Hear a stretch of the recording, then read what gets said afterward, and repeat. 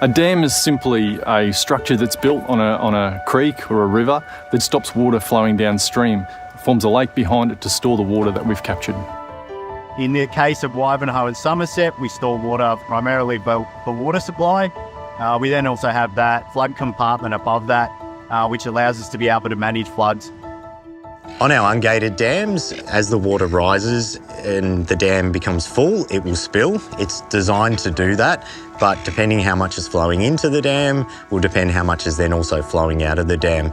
In contrast, we have a gated dam like Wivenhoe here, where the spillway is controlled by gates. So as the water rises, we have that ability to store more water and then make controlled releases depending on that flood event.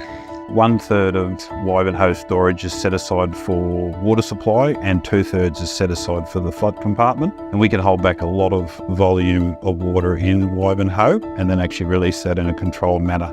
During a flood event, the water can go most of the way up those walls.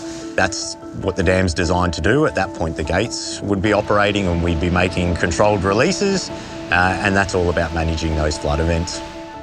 So we need to think of the Brisbane River as a very large catchment with many sub-catchments, and the Wivenhoe Dam catchment's only one part of that. What we're doing with Wivenhoe, where we can, is to hold back water so as not to add to that flooding.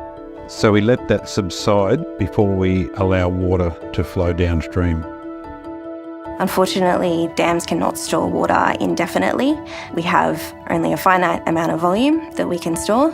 Our flood operations engineers make decisions about how much water can we hold back while also maintaining the safety of the dam, mitigating floods downstream, and then ensuring that the water supply compartment is full at the end of the flood event as well.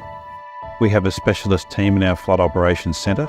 What the team does, it looks at rainfall data, stream flow, other catchment conditions, soil moisture, and actually what's happening downstream of the dam. We have very complex models that are operated during events. They are constantly refined to have the most appropriate and accurate estimates of what is likely to happen. We're on the upstream side of Wivenhoe Dam, so upstream side of the gates. We've got the 5 radial gates behind us. During a flood event, we'll get directions from the Flood Operations Centre, and the operators on site will then go to open the gate.